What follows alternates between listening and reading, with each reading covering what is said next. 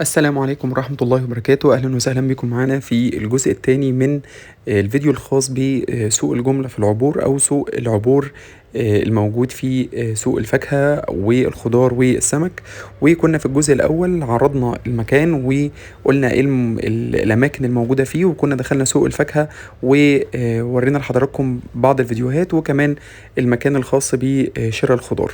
وإن شاء الله بإذن الله في الفيديو دوت هنكمل مع بعض بقية الجولة بتاعتنا ونروح نكمل بقية سوق الخضار أو الشادر بتاع الخضار، وكمان نروح نشوف سوق السمك وإيه الحاجات اللي موجودة جواه. وإن شاء الله في نهاية الفيديو هقول لحضراتكم على الأسعار الخاصة بالعربيات لما تحمل بقى من جوه هتبقى الدنيا ماشية معاها إزاي. بس كالعادة في بداية الفيديو بطلب منكم دايما إن انتوا تدعمونا على قناتنا من خلال إن انتوا تعملوا لايك للفيديو وتعملوا سبسكرايب عندنا في القناة وتفعلوا زر الجرس عشان توصل لكم كل جديد إن شاء الله.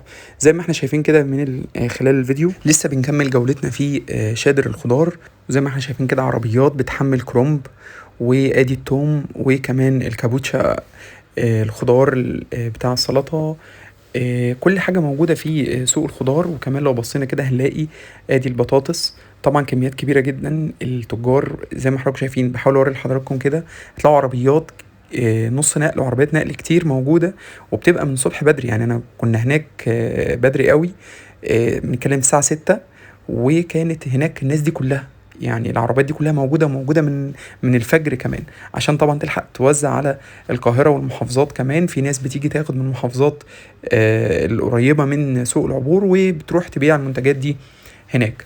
بعد كده اتمشينا من سوق الخضار، وزي ما قلت لحضراتكم كل حاجة انتوا محتاجينها هتلاقيها هناك وهتلاقوها هناك. ولو عيلة زي ما قلنا كده في الفيديو اللي فات، لو بيت عيلة ممكن يروح يجيبوا المنتجات ويقسموها على بعض وهتبقى ارخص كتير. بعد كده هنروح بقى على البارتيشن الخاص بالسمك، وهم كمان حاطينه في جزء لوحده خالص على الشمال. لو احنا داخلين من البوابه احنا كسرنا يمين، لا انت كمل على طول هتلاقي السمك في وشك على طول. وفي 3 شوادر او 3 مباني هناك.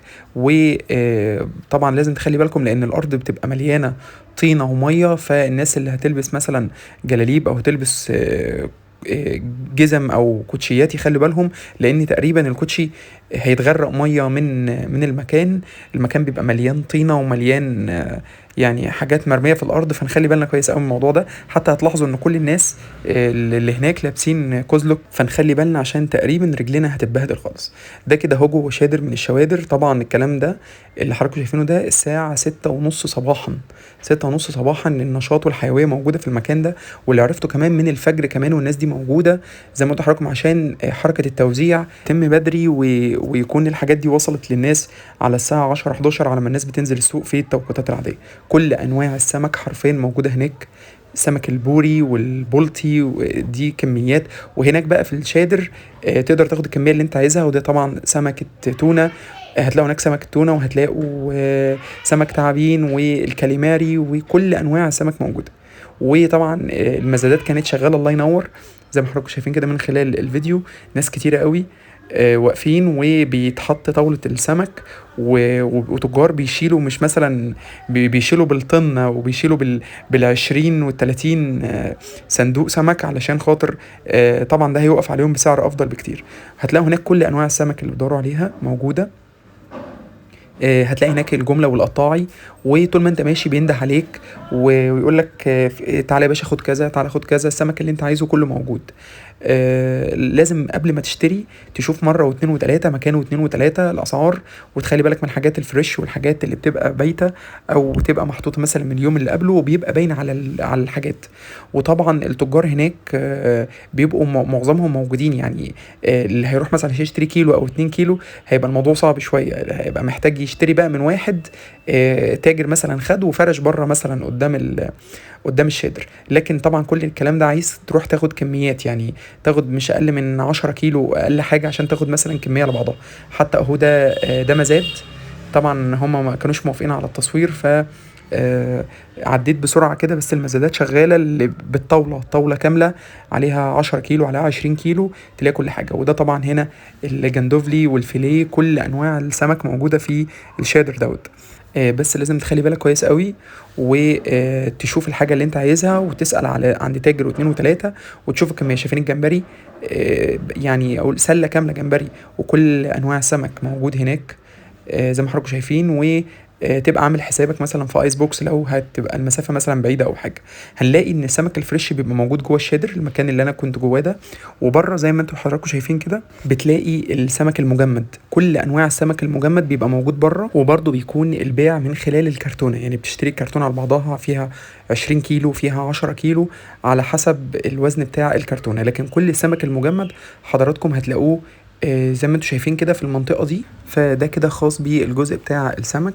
وبرضو كل سمك هتلاقي الفريش موجود وهتلاقي المجمد موجود على حسب الاحتياجات بتاعة كل شخص فينا، يقدر يجيب الكمية اللي هو محتاجها من هناك. وده مبنى اهو اتنين، هما في 3 مباني للأسماك، التلاتة موجودين هناك في السوق.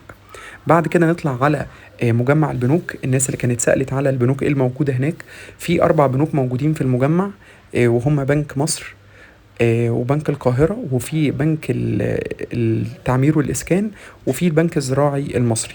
دول ال4 بنوك الموجودين في مجمع البنوك اللي داخل سوق العبور. فقدام حضراتكم اهو على اليمين ده بنك الأهلي، وعلى الشمال بنك مصر، وفي هنا قدام على اليمين بنك التعمير والإسكان، وقصاده الناحية التانية البنك الزراعي المصري. دول 4 بنوك موجودين جوه سوق العبور.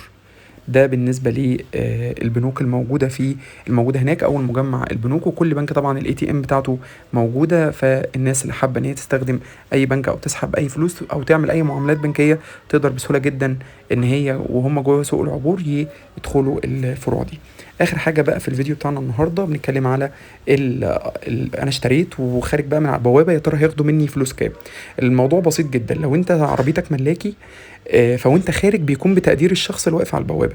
يعني وانا سالت برضو عن موضوع التقدير دوت. يعني مثلا قال لي لو كميه كبيره مثلا بنتكلم في 50 كيلو في 20 كيلو او ما يعادل مثلا 6 كراتين 7 كراتين، فبيقول لي بيكون مثلا في حدود 10-20 جنيه.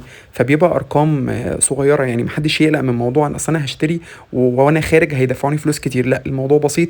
قال لي بيبقى في حدود 10-20 جنيه.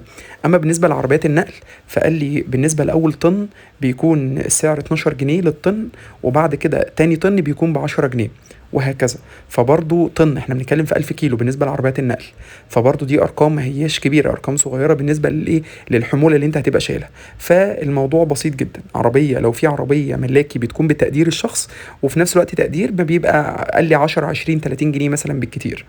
اما لو عربيه نص نقل او عربيه نقل بيكون الطن الاول 12 جنيه، وبعد كده الطن التاني 10 جنيه، والطن التالت ينزل 2 جنيه، وهكذا. اخر حاجه خالص عايز اتكلم فيها وهي الاسعار. وانا ما ذكرتش اي اسعار من خلال الفيديو ده علشان خاطر طبعا كل وقت حد بينزل فيه الاسعار بتتغير كل يوم. فده كان السبب اللي خلاني ما اذكرش اي اسعار في اي سوق من الاسواق. لكن شوف السعر عندك في اي منتج من المنتجات الموجوده في السوق، شوفوا عندك في المكان اللي بتشتري منه كام، ونزل في الكيلو الواحد من 3-5 جنيه، ما كانش اكتر من كده في الكيلو الواحد لو انت هتشتري جمله او كميه على بعضها. فده السبب اللي خلاني ان انا مذكرش اي اسعار في الفيديو. ودي كده معظم الحاجات اللي احنا شفناها جوه سوق العبور، وحبينا ان احنا ننقلها لكم من خلال الفيديو ده والفيديو اللي فات. واتمنى ان الفيديو يكون كويس ويكون الناس استفادت، او نكون وضحنا المعلومه لحد مثلا عاوز يروح ويجرب ويشوف المكان. وكالعاده في نهايه كل فيديو بطلب من حضراتكم ان انتوا تدعمونا على قناتنا من خلال ان انتوا تعملوا لايك للفيديو وتعملوا سبسكرايب عندنا في القناه وتفعلوا زر الجرس عشان يوصل لكم كل جديد. ونشوفكم ان شاء الله باذن الله تعالى في فيديو جديد، والسلام عليكم ورحمه الله وبركاته.